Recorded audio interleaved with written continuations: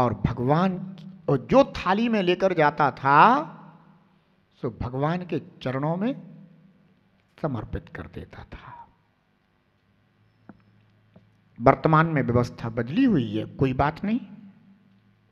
मंदिर आओ, शुद्ध वस्त्र पहनो, शुद्ध वस्त्र पहन करके अष्टक की थाली हाथ में लो और थाली हाथ में लेकर के जिनालय में प्रवेश करो।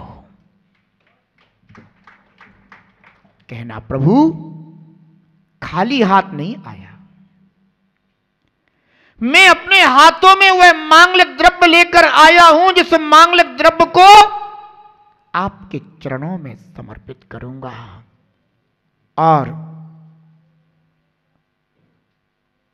अपने भावों में आपके उस वैभव को प्राप्त करने की भावना करूंगा जो वैभव आपके अलावा अन्यत्र कहीं भी प्राप्त होता नहीं है। तो कोई बात नहीं है, अष्टद्रव्य की थाली आप जो जिनालय में व्यवस्था है वहां से ले लीजिए, पर अपने भावों को वैसे ही प्रशस्त रखिए। यह नित्य मह पूजन कहलाती है। मह माने पूजा होती है, नित्य पूजा कहलाती है।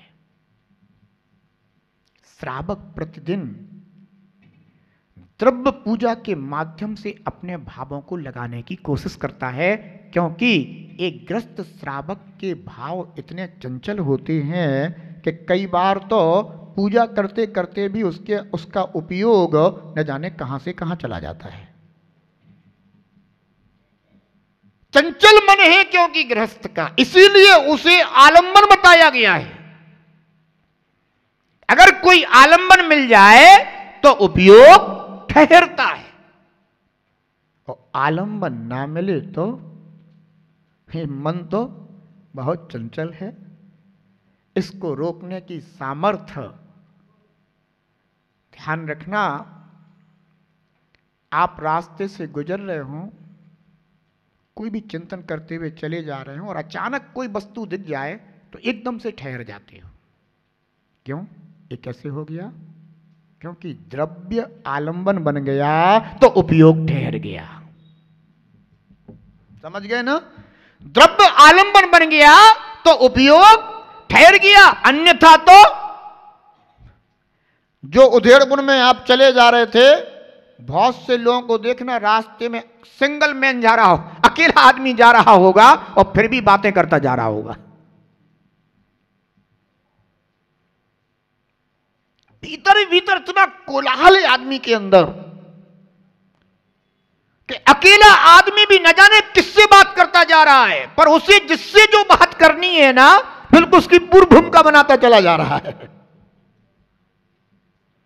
इस मन को आलंबन चाहिए।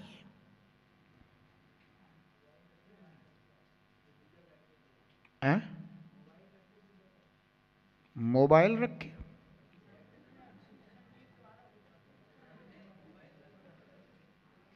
मोबाइल में वो पूजाएं निकल आती होंगी,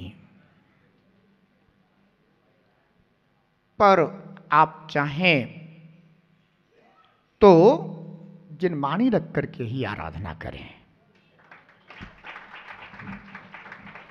मोबाइल में कब फोन आ जाए, कैसा समाचार आ जाए, नहीं कहा जा सकता, पर जिनवाणी में एक ही समाचार मिलेगा, उसके अलावा दूसरा समाचार नहीं मिल सकता। इसलिए मोबाइल रख करके आराधना ना करें। मोबाइल का उपयोग आप तब करें जब आप कहीं सफर कर रहे हो, आपके पास जिनवाणी ना हो, आपके पास मोबाइल है, उसमें जो भी है आप उसके आश्रय से अपना कर्तव्य पूरा कर सकते हैं। पर जहां हमें निर्विकल्प होकर बैठना है, वहां तो अपने समक्ष साक्षात जिनवाणी मां को विराजमान करें और जिनवाणी मां को विराजमान करके और फिर जिनेन्द्र देव की सच्ची पूजा करें, आराधना करें। विकल्प खड़े नहीं होंगे। और अगर कोई मोबाइल आ गया तो सुनो सुनो, संजू को स्कूल जाना है आज, मुझे मैं नहीं छोड़ने जा सकती हूं, आप आ जाइए जरा जल्दी, टाइम हो रहा है। तो संजू के पापा की पूजा में स्पीड बढ़ जाएगी।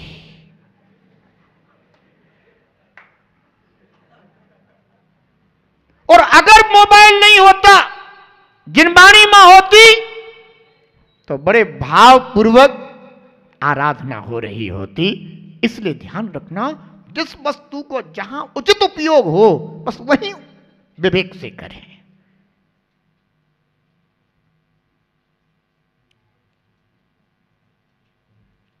द्रव्य पूजा, आप इतने लीन हो जाते होंगे। यही तो है भागम भाग जिंदगी कि बहुत से लोग तो ऐसे हैं कि वो पूजा भी कर लेते हैं पर उन्हें इतनी भागम भाग लगी हुई है कि पता ही नहीं चलता कि कब क्या हो गया। नहीं, देखो ये जिनेंद्र देव की पूजा ही आपके सब कार्यों को पूर्ण करने वाली है। सर्व मनोरथ सिद्ध होते पर भावपूर्वक करोगे तो मनोरथ सिद्ध होंगे, और भाव के अभाव पूर्वक करोगे तो मनोरथ सफल नहीं हो सकते।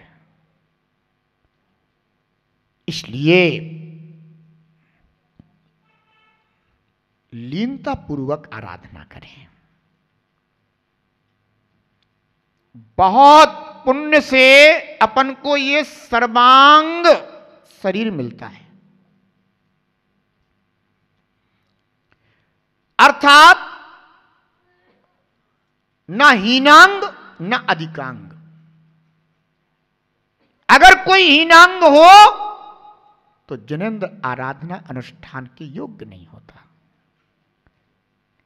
अधिकांग हो तो जिनेंद्र देव की आराधना के अनुष्ठान के योग्य नहीं होता।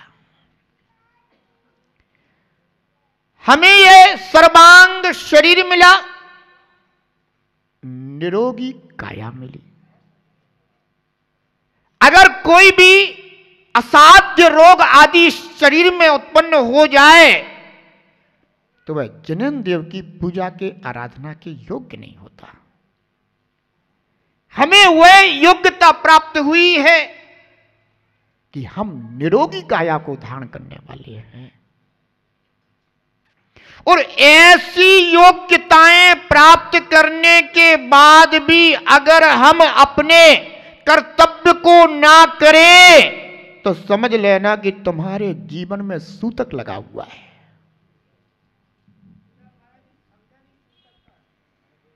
जैसे घर में कभी सूतक लग जाता है तो हम जिनेंद्र भगवान के दर्शन और उनकी पूजन आराधन के योग्य नहीं रहते। ऐसे ही हमने ऐसी योग्यताएं प्राप्त करने के बाद भी अपनी अज्ञानता और अविवेकता के कारण अपने को ऐसा बना रखा है जैसे कि हमारे लिए तो जन्मजात सूतक लगा हुआ हो। ध्यान रखो, दुर्लभता से ये योग्यताएं मिली और इन योग्यताओं को भी तुमने अपनी अविवेकता से खो दिया।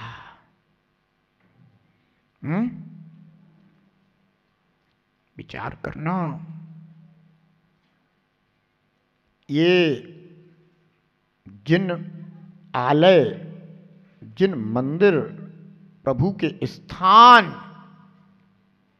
सातिशय पुण्य से मिला करते हैं,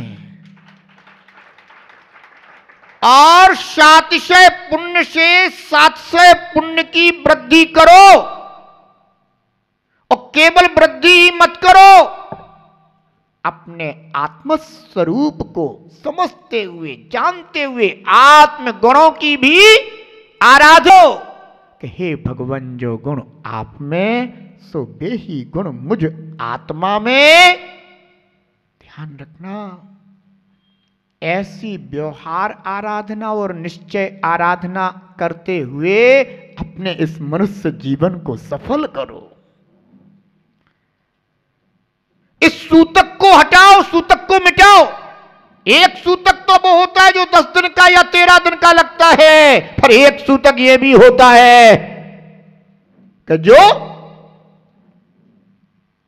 जब तक विवेकी ना बनो तब तक के लिए लग जाता है। इसलिए सर्वांग शरीर मिला, निरोगी काया मिली, आपको उत्तम बुद्धि मिली, जिससे आप अच्छे और बुरे का निर्णय कर सकते। ये वचन बरगड़ाएं मिली, जिनके माध्यम से आप प्रभु का गुणगान कर सकते हैं। अन्यथा इन बरगड़ाओं का उपयोग तो केवल राग और द्वेष मोह को बढ़ाने में हो रहा है।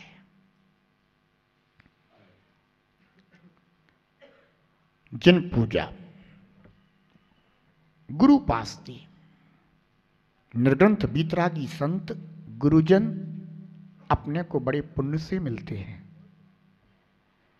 ऐसे निर्ग्रंथ बीतरागी गुरुजनों की सत्संगति, उनकी उपासना, उनकी वैयावृत्ति, आहार दान, ये वो कार्य हैं जिनके माध्यम से हम अपने दुष्कर्मों को शांत करते हैं और अपने भावी जीवन को श्रेष्ठ बनाते हैं। कहा गया ना कि जिस जीव के लिए नरक, त्र्यंच आदि आयुओं का बंद हो जाए, वह निर्ग्रंथ मुनराजों के हाथ में आहार दान नहीं दे पाता है। ये निर्ग्रंथ मुनि इस बात के द्योतक हैं कि जब तक आपके हाथ से उनके करपात्र में ग्रास जा रहा है, तब तक आप यह निर्णय कर सकते हैं कि अभी हमें खोटी आयु का बंध नहीं हुआ है। आप स्वयं अपना निर्णय कर सकते हैं कि हम अभी दुर्गति में जाने के योग्य नहीं है, और अगर बंद हुआ भी होगा तो उत्तम गति का ही बंद हुआ होगा, क्योंकि वो ही दे सकता है जो उत्तम आयु का बंद करने वाला होता है। इसलिए ये निर्ग्रंथ बीतरागी गुरु मिले तो हमेशा अपने को परखते रहना, देखते रहना कि कहीं हमें खोटी आयु का बंध हो तो नहीं गया। अगर हो जाएगा ना तो भाव बनते हुए भी उस कार्य को, यानी उस दान को आप कर नहीं पाएंगे। श्रेणिक था ना, भगवान महावीर से पूछ रहा था कि प्रभु, मैं अपने ही सामने देखता हूं कि मेरे से भी उम्र में ये बाल, ये निर्ग्रंथ मुनि बन रहे,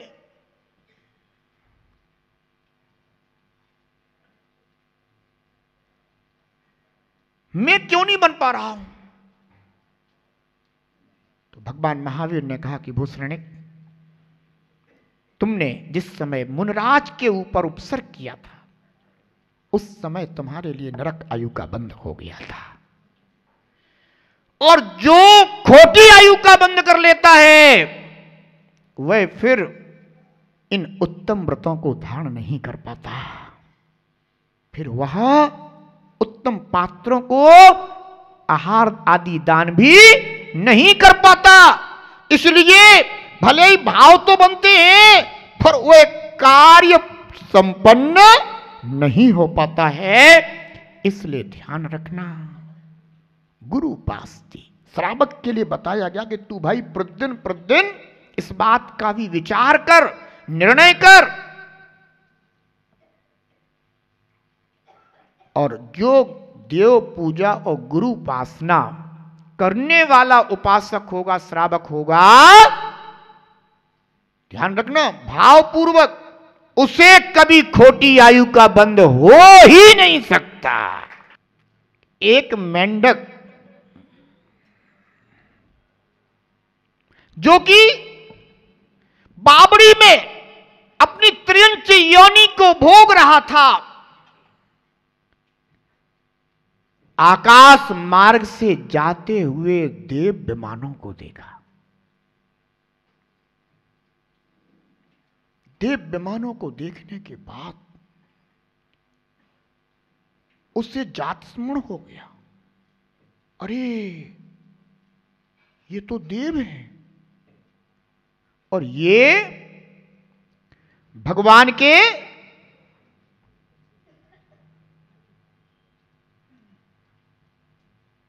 हाँ, इसके पहले का इतना और ले लें कि बावड़ी में जन्मा जीव और सेठानी जब पानी भरने जाती तो उनकी पात्र में बैठ करके ऊपर आ जाता, उनकी साड़ी पे फुदकने लगता। तो सेठानी सोचती कि कैसा जीव है ये, रोज रोज हमारी बाल्टी यानी पात्र आदि में आ जाता है तो मेरी साड़ी पर उछलने लग जाता है। एक दिन हो गए, 2 दिन हो गए, 4 दिन हो गए, सेठानी को थोड़ी ना पता था कि जो सेठ जी हैं हमारे,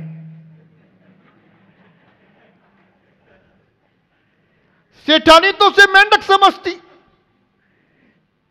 पर सेठानी को मन में विचार आया कि आखिर ये मेंढक ऐसा रोज रोज क्यों करता है। तो एक निर्ग्रंथ वीतरागी गुरु के समक्ष गई और कहने लगी कि स्वामिन, कुछ समय से एक घटना घट रही है, जब से हमारे पतिदेव का मरण हुआ है, उसके कुछ समय के बाद से एक घटना घट रही है। क्या घट रही है बेटी? तो सेठानी बोली, गुरुदेव, मैं जब पानी भरने जाती हूं ना तो पात्र में एक मेंढक आ जाता है और वो मेंढक मेरी बाल्टी में से उछल करके मेरी साड़ी पर जा चिपकता है।